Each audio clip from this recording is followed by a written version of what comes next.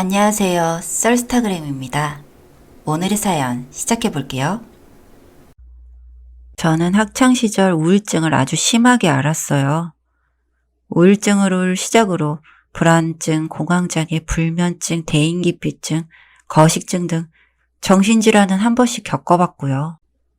그렇다고 제가 특별한 사연이 있다거나 한 건 아니었어요. 부모님 두 분은 절 매우 이해해 주시고 사랑해 주셨고 하나 있는 언니는 나름 절 아껴주었죠. 오히려 지극히 평범하고 행복하고 또 화목한 집안에서 저는 소외감을 느끼기도 했었어요. 난 언제나 가슴 한켠 우울함을 안고 살고 있는데 집의 구성원은 나를 제외하고 완벽한 것 같다는 생각? 그 생각이 절 괴롭혔어요. 사실 그렇지 않다는 것도 다 알고 있었어요. 가족들은 절 매우 사랑해주고 아껴준다는 것도요. 그 우울한 생각들조차 제 피해 망상이었던 것 같아요. 단지 전 제 이상과 현실의 괴리감 때문에 늘 무너졌던 것 같아요. 하고 싶은 것은 너무 많고 너무 높은 곳에 있는데 나는 아무것도 할 수 없고 무기력하다 여겼어요. 학교 상담 선생님은 제게 하고 싶으면 하면 되는 건데 왜 못하는 거냐고, 주변에서 말리는 것도 아닌데 왜 그렇게 우울하게 있느냐고 이야기하기도 했었죠. 그런 상황은 당사자가 아니면 이해하기 힘들 거예요. 아무것도 해낼 수 없을 것 같은 기분, 침대 속에 파묻혀 아주 깊은 나락을 끝을 모른 상태로 떨어지는 기분이었죠. 꿈 같은 이야기지만 저는 그림을 그리고 싶었고 하늘을 날고 싶었고 사랑을 하고 싶었으며 또 행복하고 싶었어요. 바닷속에서 영원히 살고 싶었고요. 누군가는 소설 속에 나오는 이야기라고 그 중에 현실성 있는 것들을 꼽아 하나씩 천천히 해나가면 정상으로 돌아온다고 이야기했어요. 제가 원하는 대답은 그냥 그렇구나, 이 정도였는데 굳이 본인들의 기준을 제게 들먹였죠. 이런 생각과 사고를 가지고 있다 보니 친구 관계도 원만하지는 못했어요. 중학교 시절 한참 친구들과 어울려 꾸미는 이야기나 맛있는 거 먹으러 우르르 몰려다니는 애들이 대부분인데 저는 그런 대화에 끼이지도 못했고 단체 생활과는 정말 안 맞았거든요. 대놓고 왕따 같은 건 아니었지만 은근히 따돌림을 당했어요. 그나마 다행이었다면 조금 예쁘장한 얼굴 탓에 호기심을 가지고 연애를 하자 접근한 남자애들이 끊이질 않아 온전히 혼자 있진 않았고요. 오히려 그런 행동들이 뒷소문을 만들어내는 한몫했지만요. 이런 생각들도 약물치료와 상담치료를 병행하며 천천히 괜찮아졌어요. 하지만 전 원래 이상을 추구하는 사람이었기에 하고 싶었던 것들을 하나씩 도전했어요. 학생 신분이었기에 입시 미술에 뛰어들어 미대 조속과를 나왔고 하늘을 날고 싶다는 생각 하나로 경비행기 자격증을 땄어요. 바다가 너무 좋아 스킨스쿠버 자격증도 땄고요. 제 이상이 하나씩 실현될 때마다 너무 행복했고 저를 찾아가는 기분이 들었어요. 어떤 때는 스킨스쿠버 강사로, 어떤 때는 작가로, 어떤 때는 경비행기를 타고 하늘을 날았어요. 그리고 마지막으로 사랑을 이뤄냈어요. 스킨스쿠버 강사 활동을 진행하던 중 저보다 6살 연상인 한 남자를 알게 되었고 서로 첫눈에 반해 수업 종료 후 술을 마시러 갔고 밤새도록 대화를 했어요. 그날을 기점으로 그와 매일같이 만나며 서로를 알아갔어요. 어느 날 그 사람은 제게 이제 연애를 해보지 않겠느냐며 자신과 함께 꿈을 하나씩 이뤄가며 행복해보자고 고백을 했고 기쁜 마음으로 받아들였어요.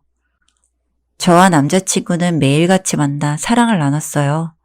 함께 온갖 경험을 했죠. 경비행기를 타고 하늘을 가르며 웃으며 사랑한다 이야기를 했고 사람들이 알지 못하는 바다의 모래사장에서도 또 바닷속에서 서로를 갈망하며 사랑과 관계를 나누기도 했어요. 어디에서도 그 누구와도 경험할 수 없는 황홀한 기억들이었어요. 그런 시간들을 쌓아가며 저는 그 사람을 더 사랑하게 되었어요. 진실한 사랑은 이런 거구나.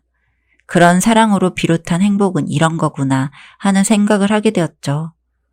그런 사랑과 행복을 맛보니 이제는 안정적인 삶을 추구하게 되었어요. 그래서 저는 그 사람과 안정적이고 행복한 연애를 하기 위해 바리스타 자격증을 땄고 부모님의 도움으로 그 사람의 회사 앞에 작은 개인 카페를 열었어요. 점심시간마다 슬쩍 저를 보러 와 같이 대화도 하고 퇴근을 하면 카페에서 이야기도 하고 퇴근 후에는 뜬금없이 야경을 보러 가거나 바다를 보러 가기도 했어요. 주말이면 갑작스러운 무계획 여행도 즐겼고요. 고정적인 수익과 안정적인 사랑의 감정, 꾸준한 행복. 제 삶은 이제 완벽하다는 생각까지 했죠.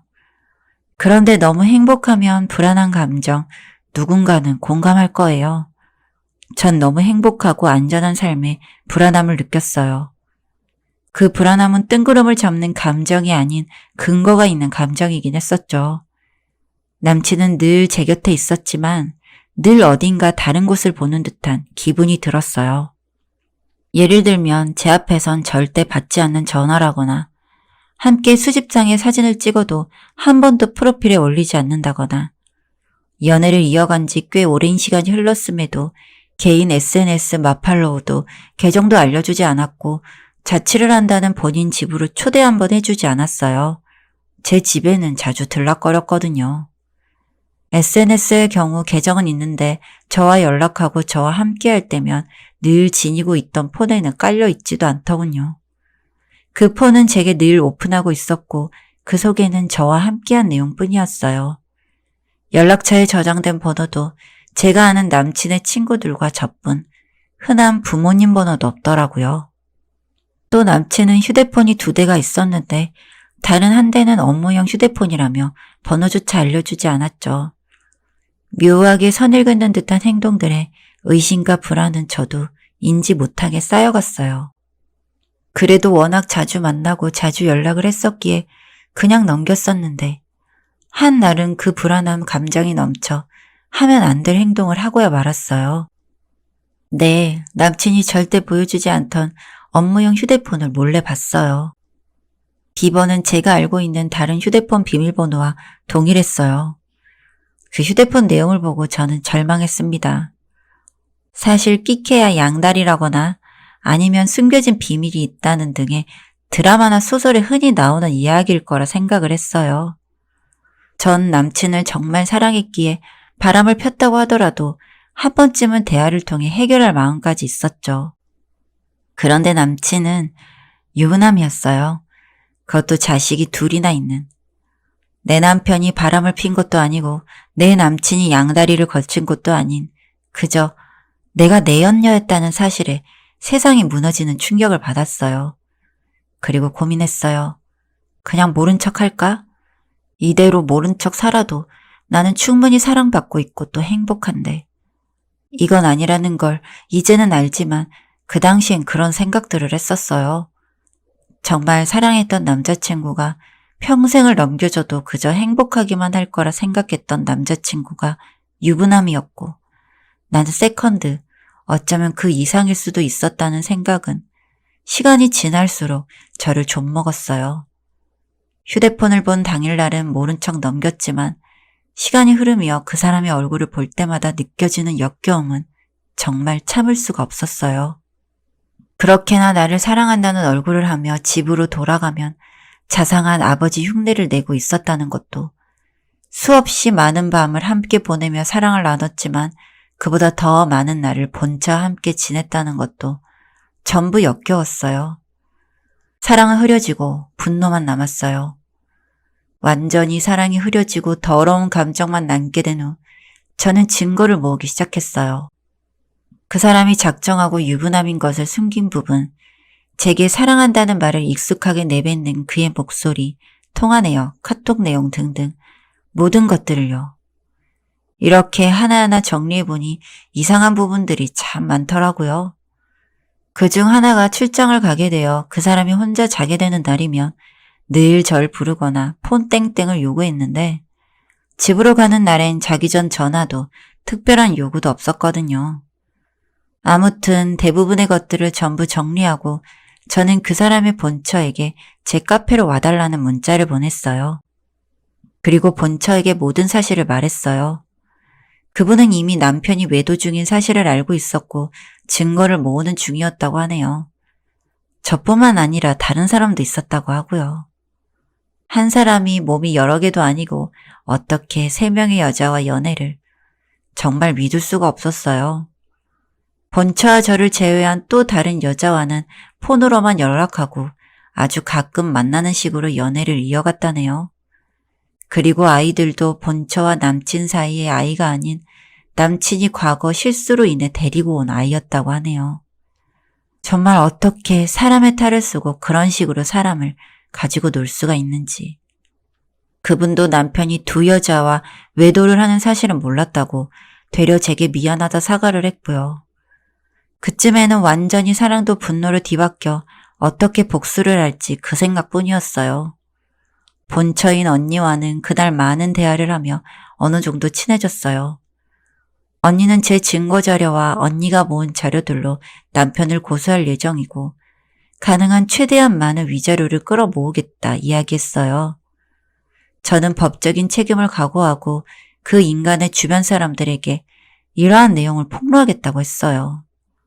언니는 절 말렸지만 전 상관없었어요. 저에 대한 안 좋은 소문이 돌더라도 법적인 처벌을 받더라도 그 인간에게 복수를 할 수 있다면 다 좋았어요. 그리고 저희는 계획을 실행했죠. 그 전에 또 다른 피해자에게 연락해 이런 일이 있을 것이니 미리 피하건 같이 복수를 하건 하자고 했고요. 그분은 동참하지는 못하지만 증거자료를 구할 수 있는 한 정리해 넘겨주겠다 이야기했어요. 언니는 그 인간과 그 인간의 부모님 앞에서 증거자료를 펼치고 이혼소송을 하겠다 이야기한 후 법적인 싸움에 뛰어들었어요. 저는 제가 운영하는 카페 인스타, 제 인스타에 그 인간의 계정을 태그하고 모든 사실을 낱낱이 밝혀 공론화했고요. 그 인간은 회사 바로 앞에 있던 카페였기에 회사 사람들 사이에서 소문이 나는 건 시간 문제였고 그 사람은 제 카페로 찾아와 제게 욕을 하며 절 폭행하려 했지만 주변 손님들의 만류로 제지당했고 전 곧바로 경찰에 전화해 폭행 미수로 신고를 했습니다. 결국 이혼은 성사되었고 막대한 보상금과 위자료를 물어야 했고 전 폭행 미수와 욕설과 협박건으로 인해 합의금을 받았고요. 언니와는 아직 간간히 연락을 하고 있지만 아마 곧 연락이 끊길 것 같아요. 늘 이상을 꿈꾸고 환상 속에서 살아왔는데 현실을 깨닫고 나니 제가 참 운이 좋은 환경에서 자랐다는 생각을 했어요. 원하는 것이 있다면 언제든 할 수 있었고 또 해낼 수 있는 환경에서 내가 하고 싶은 것, 원하는 것을 어렵지 않게 이뤄내 이런 일들에 쉽게 무너졌구나 하는 생각이 들었어요. 부모님께 정말 감사하지만 이런 일을 겪고 나니 아름답게 세상을 바라보고 이상을 실현하는 것도 중요하지만 혼자 세상에서 2 발로 서 이겨나가는 것도 중요하다는 생각이 들었어요. 이번에도 만약 언니가 없었다면 전 무너졌을 거예요. 현실적으로 제가 할 수 있는 것들에 부딪히며 세상을 이겨내며 열심히 살아갈 예정입니다. 전처럼 환상과 허구에 이끌려 다니는 짓은 관두려고요. 하지만 행복을 목표로 하는 것은 유지할 생각이에요. 최선을 다해 제 힘으로 온전히 저 하나로 행복하기 위해 노력하려고요. 여기까지 썰스타그램이었습니다. 구독과 좋아요 부탁드릴게요.